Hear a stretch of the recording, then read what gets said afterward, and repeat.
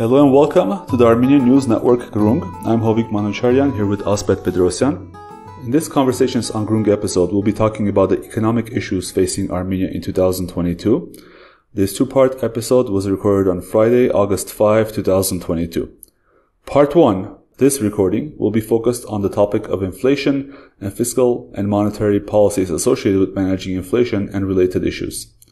Part 2, which will be published the following day, will focus on bank secrecy laws and Armenia's continuing initiative to reduce cash transactions in its economy. Make sure to check back for Part 2 tomorrow. Armenia is facing a number of economic and financial challenges in 2022. Yet in the first half of 2022, the economy popped up 11.8%. What are these challenges? Are they transitory or systemic? And how is the current government navigating through them? To talk about these issues, we'll be joined by Mr. Vardan Aramyan, who is a former Minister of Finance in the Republic of Armenia, serving from 2016 to 2018. He's currently Senior VP of Finance and Economy at Vallex Group in Yerevan. Before we begin the show, however, we'd like to request that you subscribe to our YouTube channel and follow us on Twitter. We're also very active on Facebook, both as a group and a page. All the Grung links are in our Linktree page. Click on it and find us everywhere.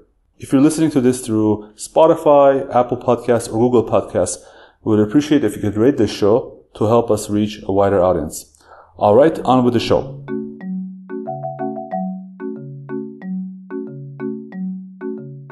Welcome back to Grung, Mr. Aramyan. Thank you. Parev.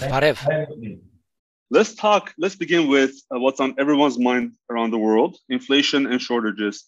Armenia's inflation recently crossed over the 10%. This is not a lot more than many other countries in the West. For example, in the US, it has hit 9.6%. The UK is in the double digits. Mr. Aramyan, what are the fundamentals of Armenia's inflation and what is driving it? Yeah. Talking about the inflation, I think we need to go back to the year 2020 in order to have the full picture for making a right judgment from where this inflation is coming. How come that we have not only Armenia, but all around the world, many policymakers are struggling to combat with the inflation.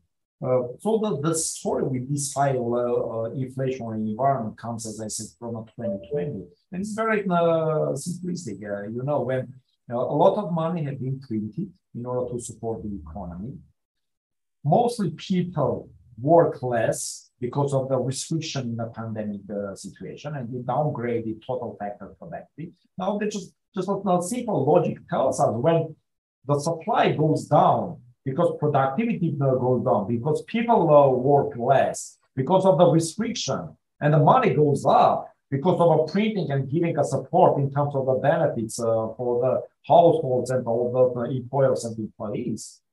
The result of this policy should be high inflationary environment. It was like the case for the 2021. And by the way, I was first specialist publicly welcomed the reaction of the Central Bank of Armenia. And by the way, Central Bank of Armenia was the first in December 2020 when he jumped in and dramatically increased first time interest rate, saying that there was a demand side inflation and there was an inflationary expectation, and we need to be fast in order to curb with the inflation, and it worked. That's why in the end of the year we have inflation around 7%, and even it diminished for January and February 2022. However, the different side of the inflation, like in US, many specialists currently are objectively criticizing Fed that they are behind the curve because they were not so fast. I remember in 2021, I was just very astonished when Colin Powell was talking about the tapering instead of tightening policy, saying that still we are seeing some kind of problems in the real economy when there was inflation reaching 5-6%, and the goal for the Fed was around 2%. Mm-hmm. But this was the first stage of the inflationary environment, demand side effect, and many central banks, by the way, not Federal Reserve Bank, many central banks reacted to this inflationary environment with increased interest rate. Then comes second phase of the inflation. Now we should be careful because the second phase of the inflationary environment, I do not believe that this is due to the supply side factors. And here we should be very careful. So what are the supply side factors? Because of the war between Ukraine and Russia, there is a shortage of the energy and shortage of the oil production, gas production, and energy prices soar. Worldwide, yeah. Yes, worldwide. And the inevitable, you're in a production, you use energy, you use gas, you use oil in order to produce something, and of course, from a supply side and the cost factor, we should end up with a high inflation. Another factor comes from a shortage of the food, right? And all this, and another problem comes from the problems with transportation, because risk in the Vallex region was escalating. And due to this factor, there was an increase in a transportation costs, etc., etc. And alongside with this, there was also a problem with China, with this COVID-0 policy and expansion of the COVID disease in the eastern and the southern part of the China, which disrupt also these kind of chains, supply chains, and transportation chains. And if you put together all of these factors, I do believe these are mostly supply side factors that end up with pushing inflation upward. So if we put together this further, firstly for the demand side effect, then supply factors currently came in, and in high inflationary environment was inevitable. In this discussion, Mr. Aramyan uses the term hawk or hawkish, and I feel that it is important to define what that means. According to Investopedia, an inflation hawk, also known in monetary jargon as a hawk, is a policymaker or advisor who is predominantly concerned with the potential impact of interest rates as they relate to fiscal policy. Hawks are seen as willing to allow interest rates to rise in order to keep inflation under control. And we go back to Mr. Aramyan. What was the problem with the central bank's policy? There are two sides of the specialists and arguing. There are specialists that are favoring hawkish behavior of the central bankers, and there are specialists, and I belong to this part of the specialists that are advocating that, guys, you should be very careful with this hawkish policy, because most factors of this inflation is supply-side inflation currently, and you should take into account the theory of the relative price, because if you too much you increase the interest rate, it is going to harm your economic potential. So the first part, group of the specialists that argue that support central bank's policy, they have some part of their truth. Why I'm telling all of this? Because this very difficult situation and the trade-off between the economic growth and the inflation, it's very difficult to come out what will be the golden middle, how you need to react all of this situation. That's why I'm coming from a very far. And the advocates of or supporters of the central bankers' hawkish policy, they say that if inflation remains in a higher level more than 9 months, it begin to harm your economic potential, and they are wrong.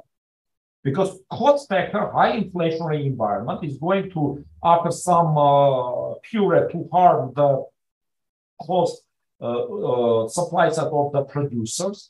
It is going to have an influence on the salaries, because the labor is going to demand a higher salary in order to safeguard themselves, because their purchasing power is going to dampen because of the higher inflation. I actually wanted to ask you if at the current stage, this inflation is dragging down the economy already. Already, it's absolutely right. Absolutely right. So is it slowing down the Armenian consumer? What's happening? In Armenia side, Armenia is slightly different in what's going on all around the world, because you can see the figures that recently received and really show the U.S. economy was shrinking. It was a negative growth of 0.8% for the second quarter. Similar some kind of stagnation in the Chinese economy, in the Europe economy is the same. Armenia is different because Armenia currently is benefiting from a Russian and Ukrainian war indirectly. And we'll explain what are the transmission channels. And this is another challenge that we need to be careful with. Yeah, I wanted to mention, because you said very correctly that the Armenian economy is very different from the U.S. In the U.S., the most important thing is to keep up with the consumer spending because it's 70% of the economy. How does that work in the Armenian economy? Can you explain? Armenian spending, consumption in terms of the GDP is around 90%, so it's much more higher than that. So investment is relatively less in terms of the GDP. But coming back to Armenian, what does it mean for Armenia? Because if summing out currently what we have in all around the world, we have firstly demand side inflation that is converted to the supply side inflation. Many central bankers jump in dramatically to increase the interest rate dramatically. It is going to harm in the future economic growth. What does it mean for Armenia? Similar situation is Armenia with some buts, because there are some factors which work differently compared to all around the world. Of course, Central Bank of Armenia did a similar thing, what other central bankers are doing. They also jump in and they increase dramatically interest rates. But we have some positive factors, and these are exogenous factors. And to my understanding, these are not a permanent factor. These are temporary factors. And Armenian government must be very, very careful, because we had such kind of bad experience since the year 2002 until the year 2008. And we end up with a severe downturn in 2009. Why? Because all the economic growth that we were experiencing, and you will remember World Bank was telling about the role of Caucasian tigers. But in 2006, I published one analytical article, and I argued during that time that, guys, you should be very careful, because if sudden stop will happen to Armenian economy, we are going to have a big problem. And it happened, because the key factors behind that development during the year 2002 and 2005 was a financial flow plus positive shift in terms of trade. Now, if we draw the parallel to nowadays, similar is here. Economic potential is not going so rapidly. Our economic potential varies from 3 to 4%. But currently, we have an economic activity index more than 10%. It's 11.8% economic activity. If you look to the breakdown of the branches of the economic activity or our economy, you will see non-tradable sector is flourishing, non-tradable sector is blossoming. The non-tradable sector is key drivers of this economic growth. Why it is so? Because usually, non-tradable sector is reacting to the money. When there is a demand, it begins to increase. But the problem is that when non-tradable sector is going to go up and is going to be a leader, it is going to stall resources from a tradable sector. And it's a very dangerous. Tradable sector is going to shrink, like it was in 2002 and 2008. And when these kind of demand side factors, the influx of the financial means through the transfer, or the big increase in times of the visitors to Armenia. Currently, you can see Russians all around in Yerevan, everywhere, and they come with the money. And many also firms from Russia, they also were seeking safe havens. And many firms temporarily they have they're settled in Armenia and they come with the money also. So this financial inflow create a demand. It have an influence on the non-tradable sector. Non-tradable sector is increasing. It gives a harm to the tradable sector through two channels. And here are the problems. Several times I made a public speech. I said, look, gentlemen, sitting in the government, you are doing the wrong thing. First of all, you had a bad experience. Already you have a history. And history shows what you need to do. And the first thing, what you need to do, you need to protect tradable sector. You need to be careful. You need to support tradable sector. Why? Because firstly, this kind of influx of the financial means is going to pressure on the exchange rate, and the exchange rate was going to appreciate, harming tradable sector. It is happening. This is the first channel. And the second channel is factors of production. When non-tradable sector is increasing and the profitability in non-tradable sector is increasing, it's going to stall, as I said, factors of production from a tradable sector. Investment goes to the non-tradable sector.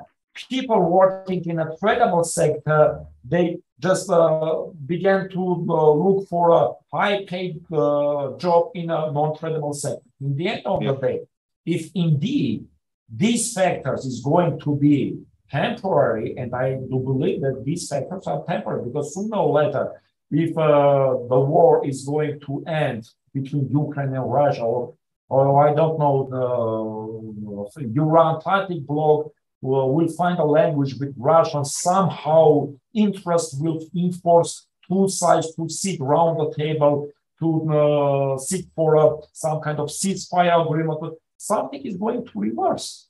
And when these visitors are going to leave the Armenia, or transfers will cut down or will decrease in terms of their growth rate, we are going to have a problem, because your tradable sector, which is a backbone of your economic potential, will not have enough capacity in order to withstand and confront this negative shock. And this is what is going to happen next. My fear is, I don't know whether it can be after 6 months or 1 year or after 2 years. By the way, when I publicized this article, it was in December 2006. When I predict that, gentlemen, this kind of appreciation, let's look to the factors of the appreciation of your drums, Right. And out of three fundamental factors, productivity differential, financial flow, terms of trade shift, positive. Two factors are mostly dictating appreciation of your yearly exchange rate, while the productivity differential is explaining only a tiny part of your appreciation. Currently, we have a similar situation. And that's why my judgment is that we should be very careful. Mr. Aramyan, frequently in your discussion, you use the term tradable and non-tradable sectors. Can you explain a little bit what that is before we go into more details into this discussion? Is non-tradable essentially synonymous with the services sector? Yes. When we say tradable sector and non-tradable sector, look, I will explain what are the essence and the philosophy between the tradable sector. Tradable sector, it means that you produce something, services or goods that you can sell worldwide. In academic literature, there are some kind of explanatory factors. What are usual for a tradable sector and for a non-tradable sector? Tradable sector is mostly more productive, more resilient to the external shock. They are, in terms of a competitiveness, they are more competitive. Why? Because they are working in and they are competing in a global market, which is a monopolistic competitive market. Risks associated with the tradable sector is much more compared to those sectors which are considered as a non-tradable sector, which work on a local market, because risks associated with a local market are very narrow. In the tradable sector, you need to conquer, penetrate the market. You need to combat with the global risks, global transportation risks. There are a lot of factors. Okay. So, okay. And mostly when tradable, you have an economic growth based on a tradable sector, usually tradable sector grows because of the productivity differential. They can do something more productive compared to the other part of the world. For instance, you produce a bottle of water, your cost of production is much more less. That's why you can export. You can export that bottle and you can sell it worldwide. You can penetrate the European market, Russian market, etc., because others that produce similar good are less productive, you know. And when your growth is due to the tradable sector, usually in academic literature, it is considered as a sustainable growth.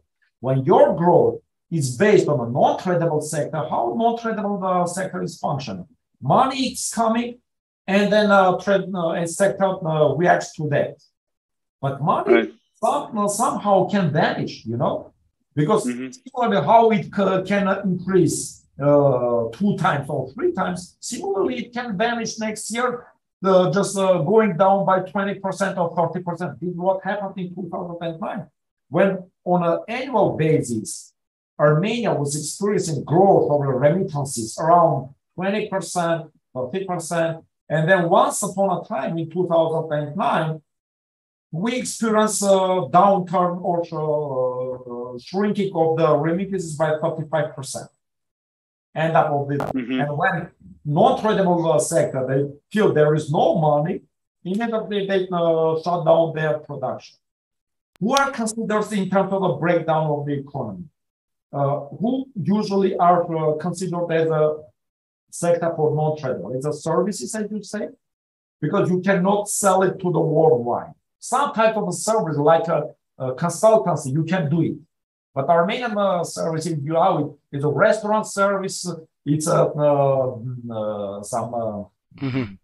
hotel services, tourist type of services, which is very much dependent to the visitor. But somehow these visitors can make a decision to go to somewhere else. Mr. Aramyan, so we will put some of the basic statistics in our show notes.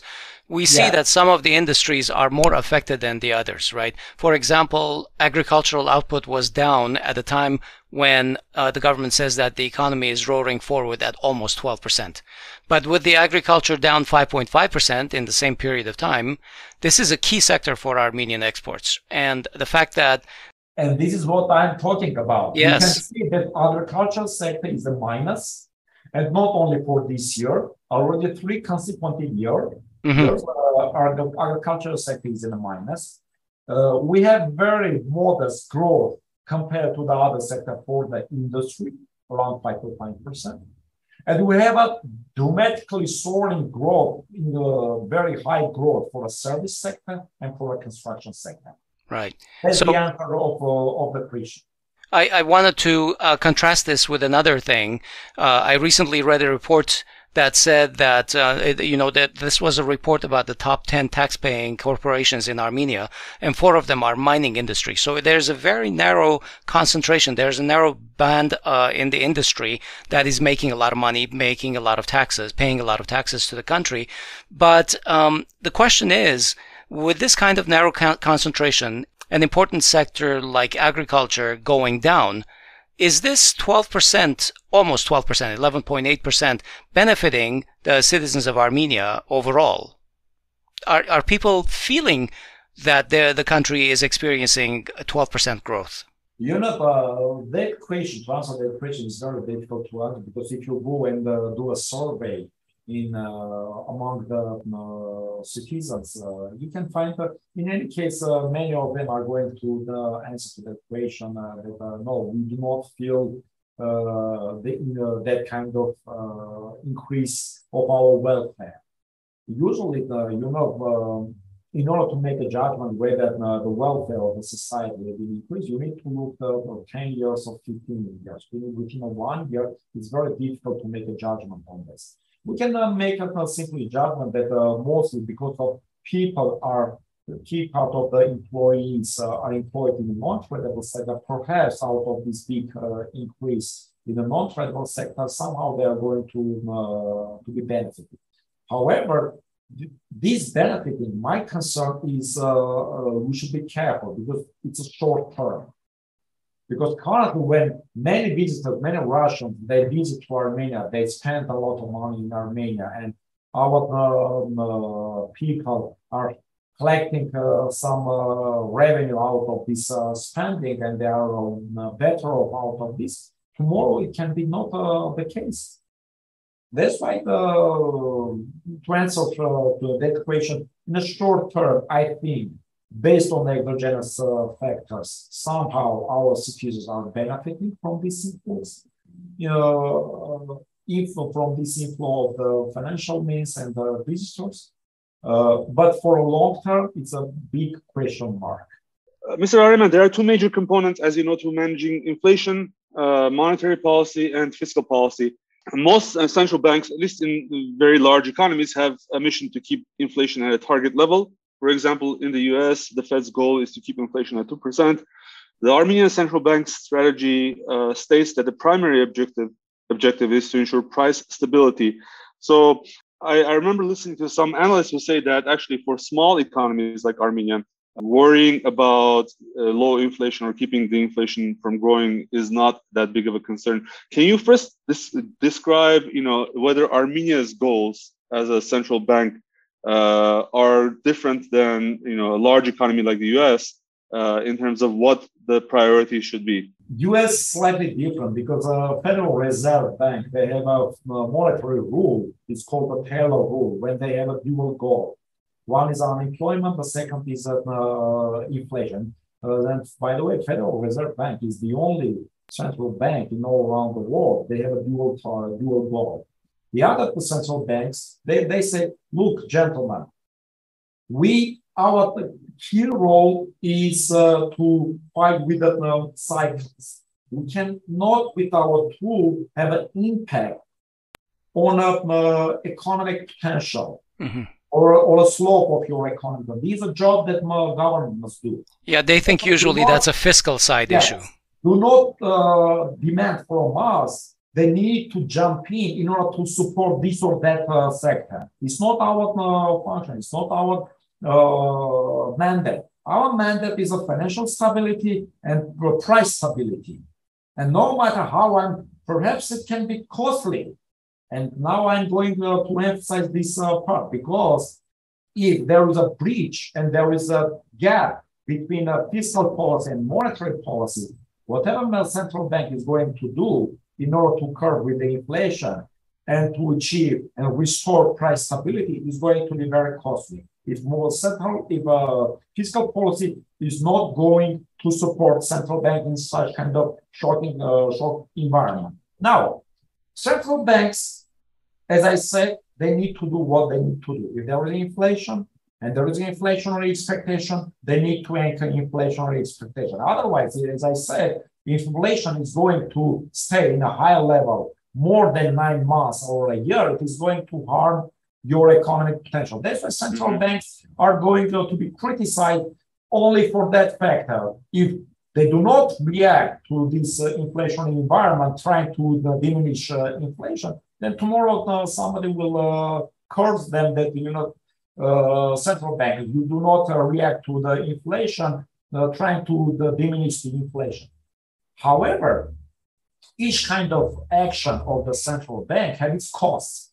And here the magic behind the behavior of the central bank is that to what extent central bank was backed by the government, when government is supporting central bank, understanding that if this inflation is not due to the local factors, mostly it comes from the abroad, mostly it was imported.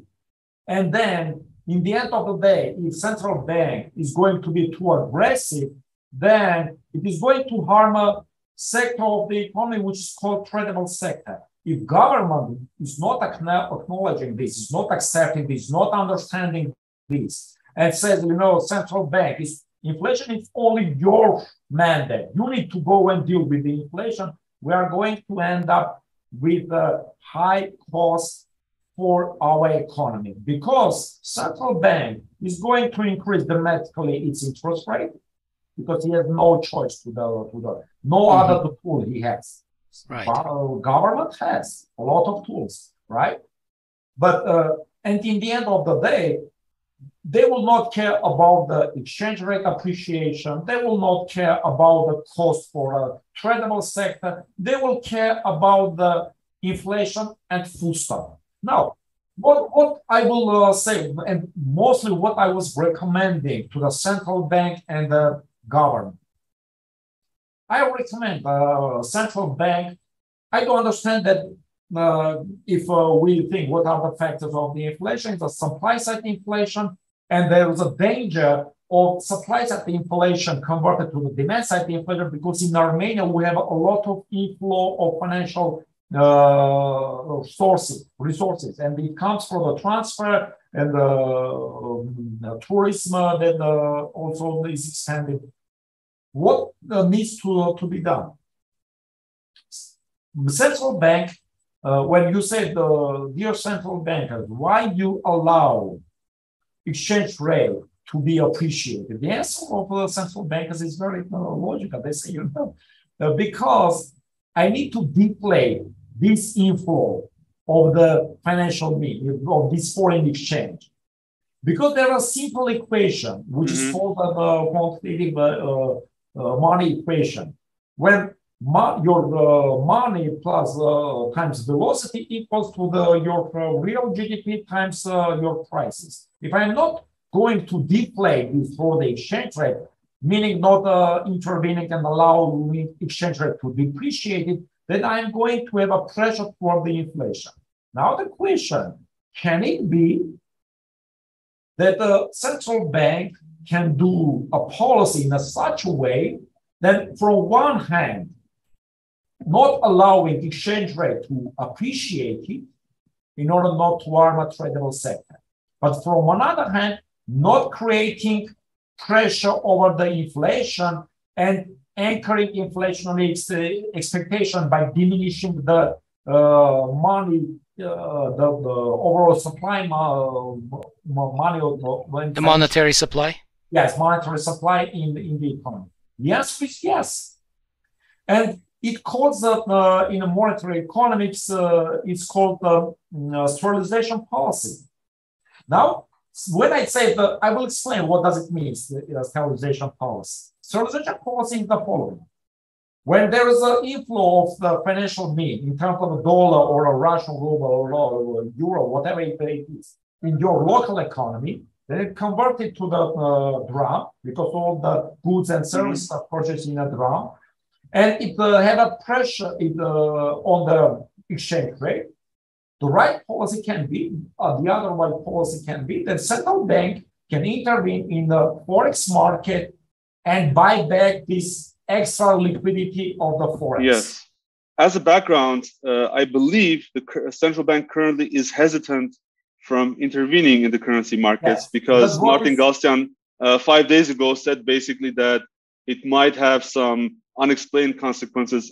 I was in a central bank, so sometimes I'm putting on my hat of a central bank and then I'm putting hat over the government. Mr. Aramyan, what you were saying about intervening in the currency, Armenia currently has a huge problem in terms of appreciation of the dram.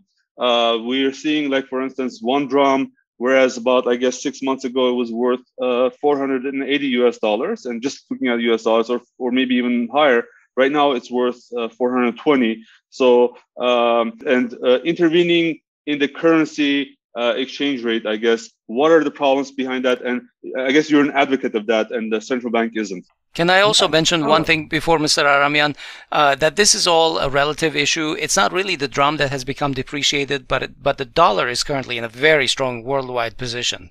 Look, and this is also my second concern, Asbed, because if you look to the DXY index, it had gone up dramatically compared to March. And this kind of basket of DXY index, mostly it's euro, it's British pound, Japanese yen. So if globally US dollar is appreciating because of the hawkish behavior of the central bank, of the Federal Reserve Bank. How come that Armenia is appreciating? Armenian dram is appreciating vis-a-vis dollar. I told about the factors behind the appreciation.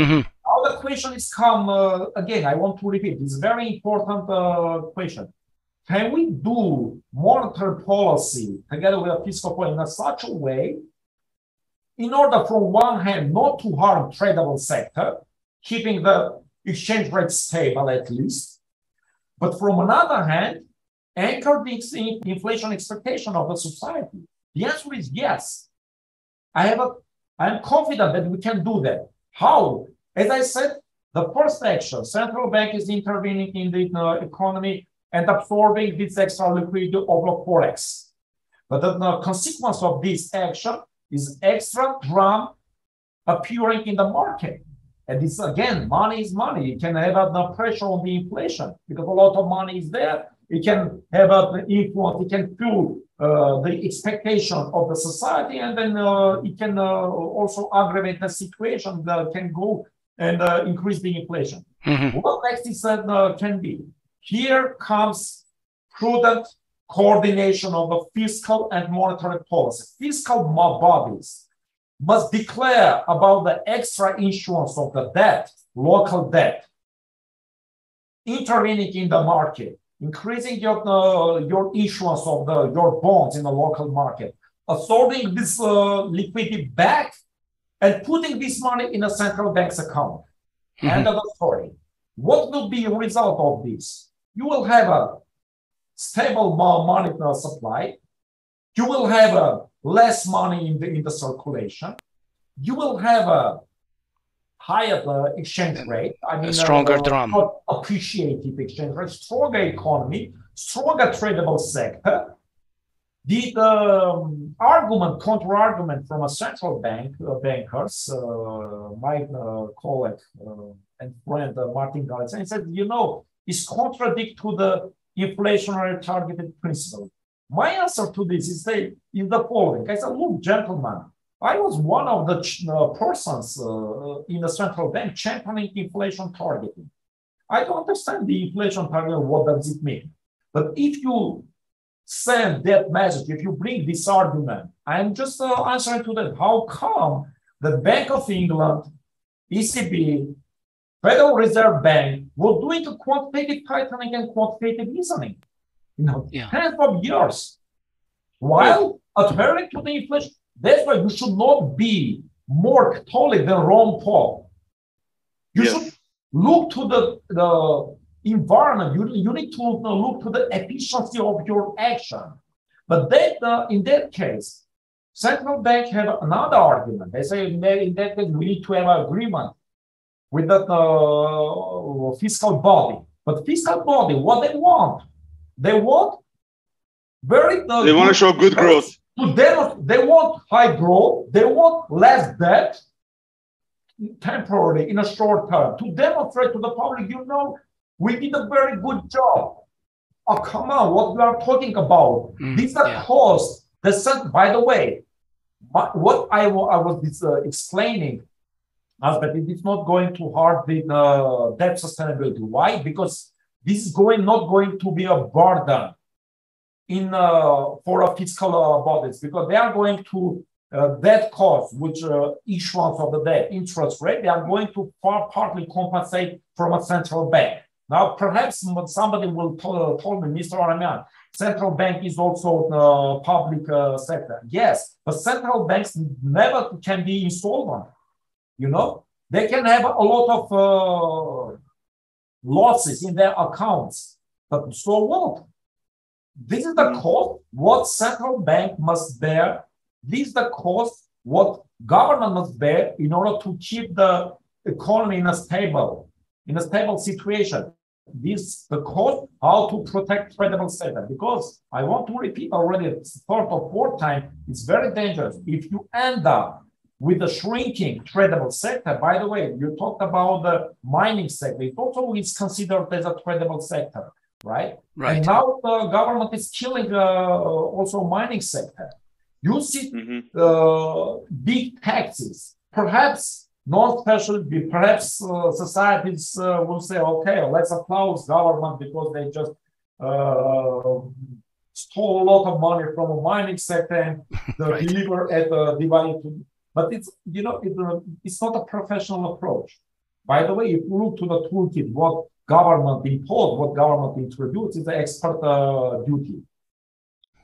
The theory, I remember that. Yeah. yes, the theory detailed. You cannot find anything in the academic literature.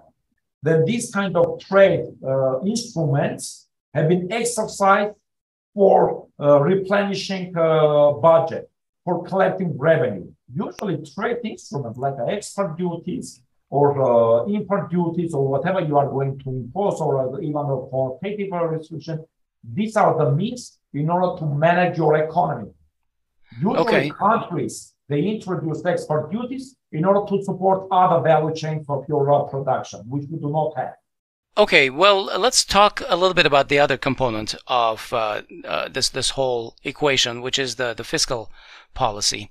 I don't have a really strong grasp on Armenia's budget year after year. A few priorities get outlined, but then there's also money that's constantly moving from bucket to bucket. They get reallocated, and it's not clear to me exactly how things move. And then there's also a constant flow of aid from the US and the EU. So from my perspective, these things flood the market with a lot of money, right?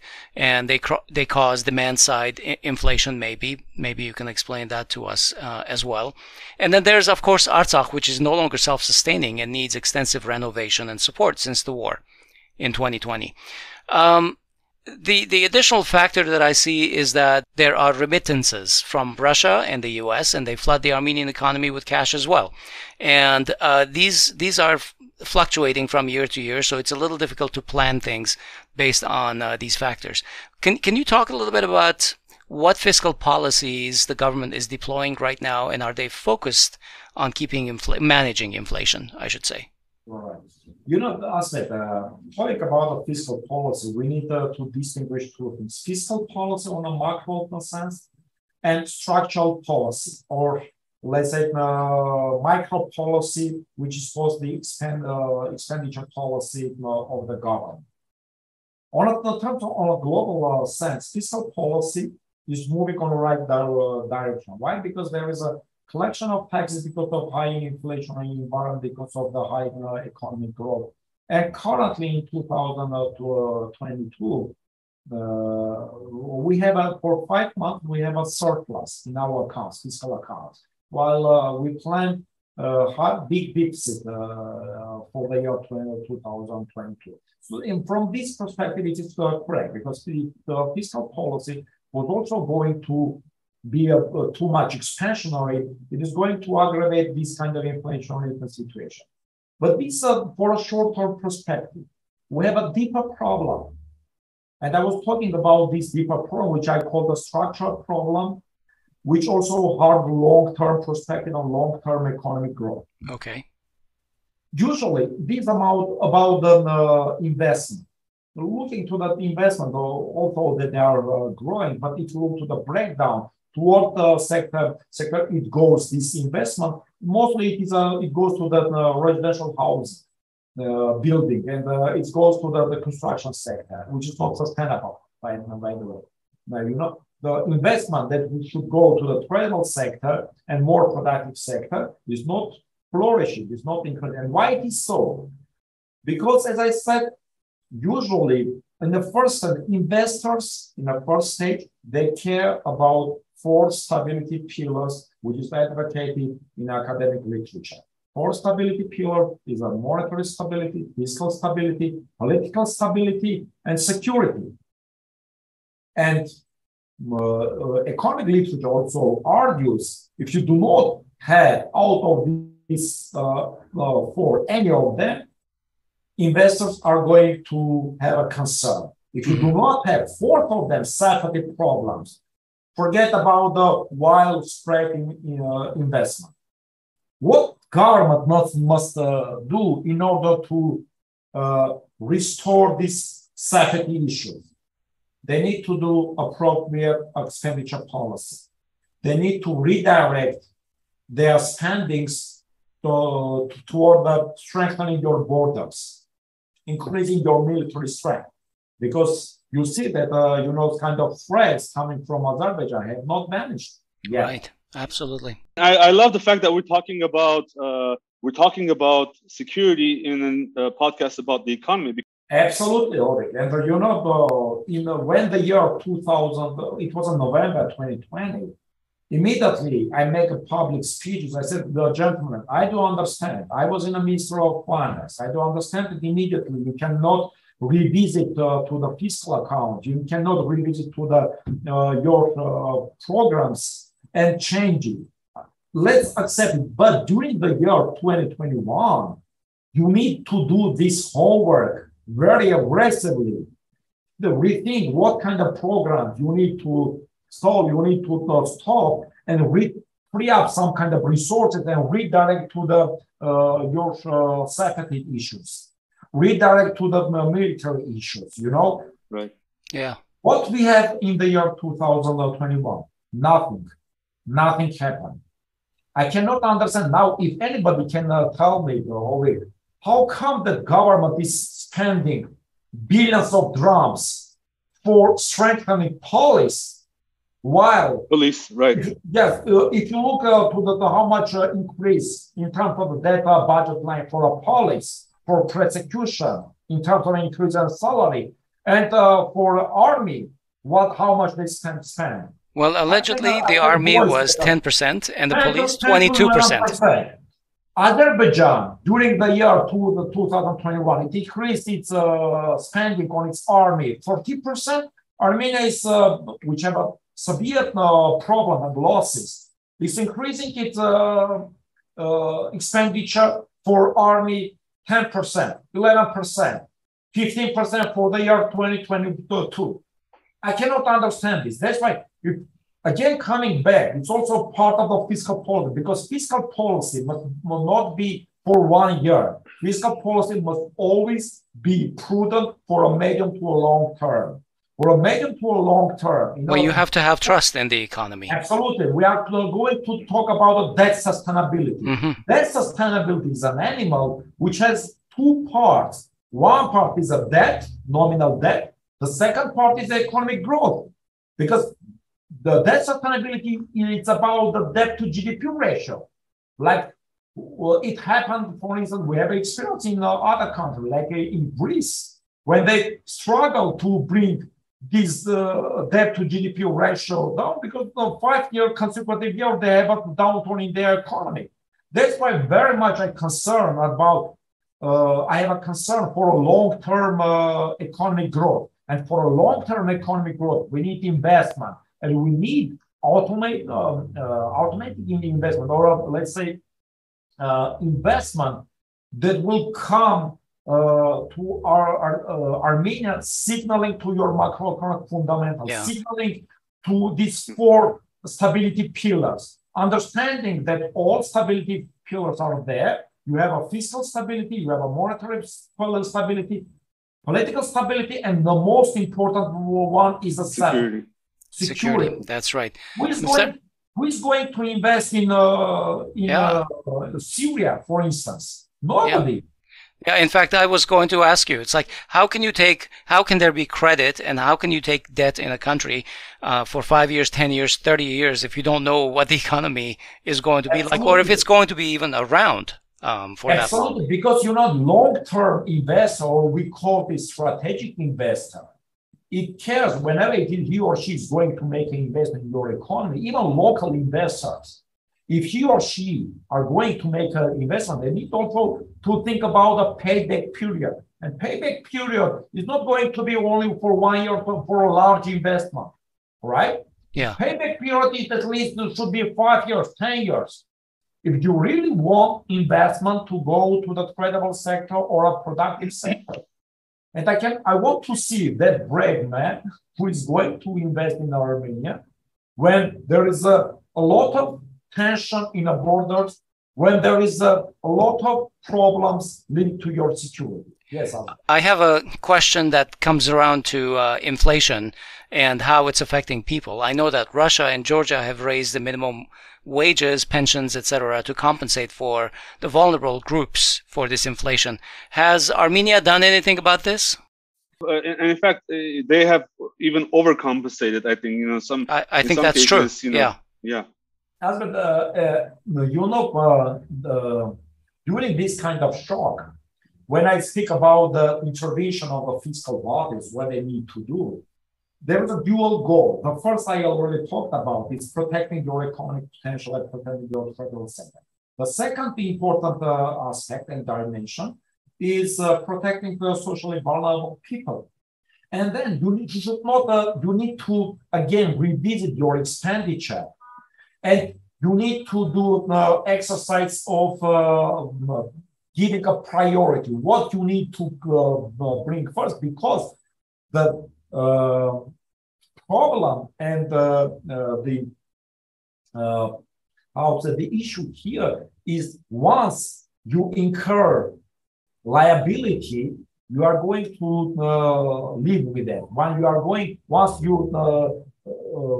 incur the obligation that you are going to increase the pension, it's not only that part. You need to approach to this on a complex manner. Yes, that's right. You need to adjust your pension. You need to adjust your minimum wages. By the way, Armenia already did this increase, the dramatic increase in the minimum wages. And me, Vacek, Gaplan, and other economic specialists, we make a declaration. Our statement was that it was a populistic approach. Now, when the time it comes, they didn't do that.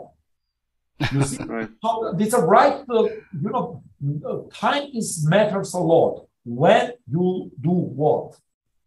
Yeah. Is the first, and the second question, how you did it. Because it's not fair when you promise to the pensioners that I'm going to increase 10% your pension, but knowing that your economic growth is not sustainable, and you're not tomorrow or day after tomorrow, you are going to end up with a situation like Greece faced with in 2010. Yeah, I'm very afraid of that. In Greece, they say, excuse me, dear pensioner, we need to cut back your pensions. 70%, 40%. It was a disaster. That's why prudent policy dictates, yes, that's normal. You need to address socially vulnerable people. You need to adjust their pension. You need to adjust their salary. But from another hand, you need to do a right policy, strengthening your macroeconomic fundamentals, redirecting your money to the safety and security issues, strengthening the basis for the inflow of the investment, sustaining the environment for the investment, and that's normal. And also doing the right policy, coordinating with the central bank, because in such kind of situation, if you leave alone central bank with a problem, they are going to do whatever they have to do and end up with too much cost for economy. Right. Yeah.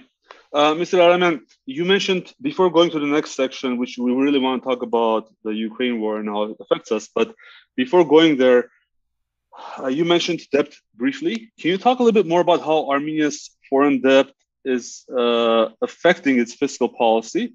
And if there's any gap between the expectations, your expectations, what should be our policy towards managing the debt?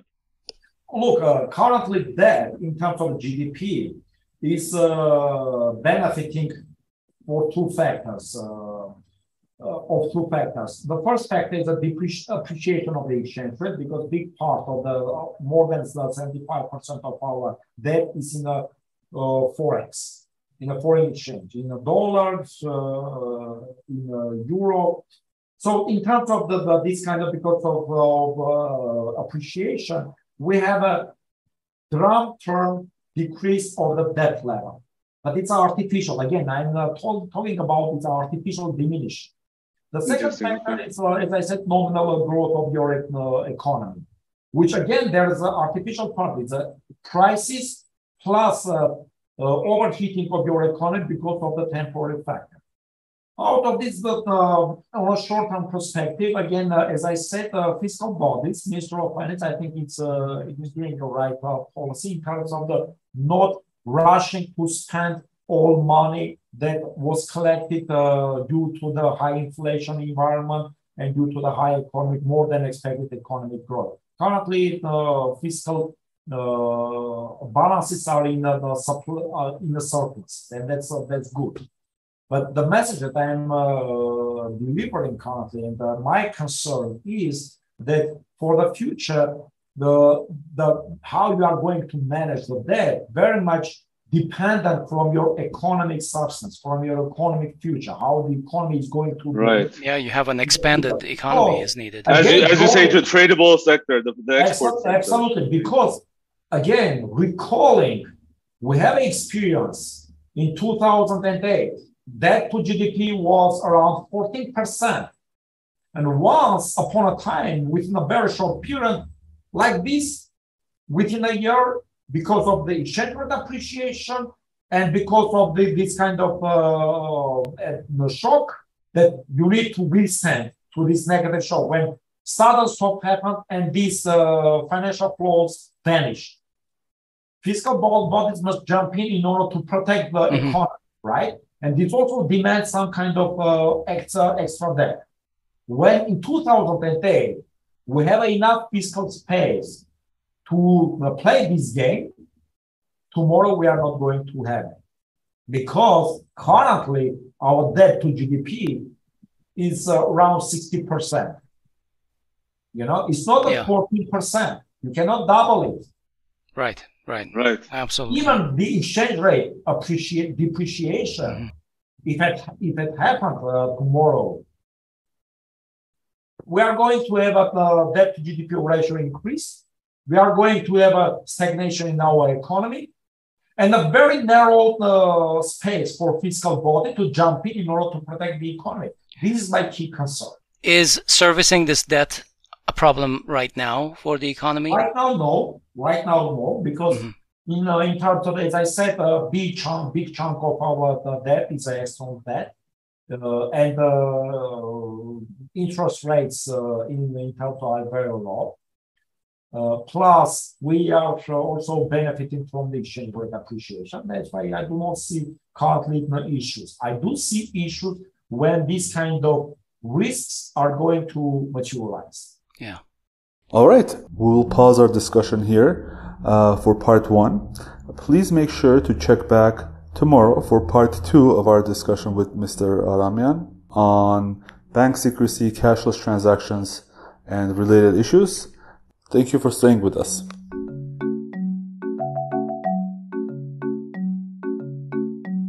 That concludes this Conversations on Grung episode, and we hope you found it useful. As always, we invite your feedback. You can find us on most social media and podcast platforms or our website, grung.org. Don't forget to subscribe to our channel on YouTube, like our pages, and follow us on social media. On behalf of everyone in this episode, we wish you a good week. Thanks for listening, and we'll talk to you soon.